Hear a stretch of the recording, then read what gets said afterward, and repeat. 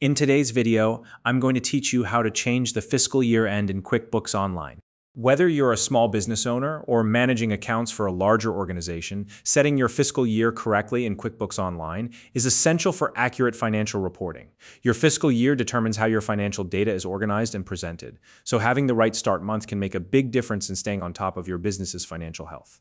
If you're new to QuickBooks Online or need to adjust your fiscal year settings, don't worry, I'll walk you through the process step by step. If you don't already have a QuickBooks Online account, you can use the link in the description to sign up and get started.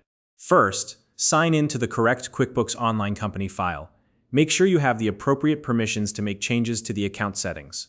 Once you're logged in, locate the gear icon at the top right corner of the QuickBooks Online screen.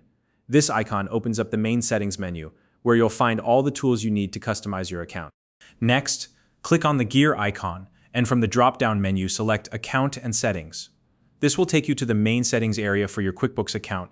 On the left panel of the Account and Settings menu, you'll see several tabs. Click on the one labeled Advanced. This is where QuickBooks keeps many of its more detailed configuration options, including the fiscal year settings.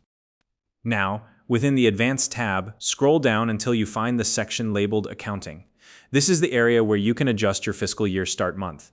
To make changes, click the Edit button in the Accounting section. This will open up the settings for editing. Once you're in the editing view, you'll see a drop-down menu where you can select the first month of your fiscal year. Carefully choose the month that aligns with your business's financial cycle. For example, if your fiscal year starts in January, select January from the list. If it starts in a different month, simply pick that one instead. After you've chosen the correct month, click Save to confirm your changes.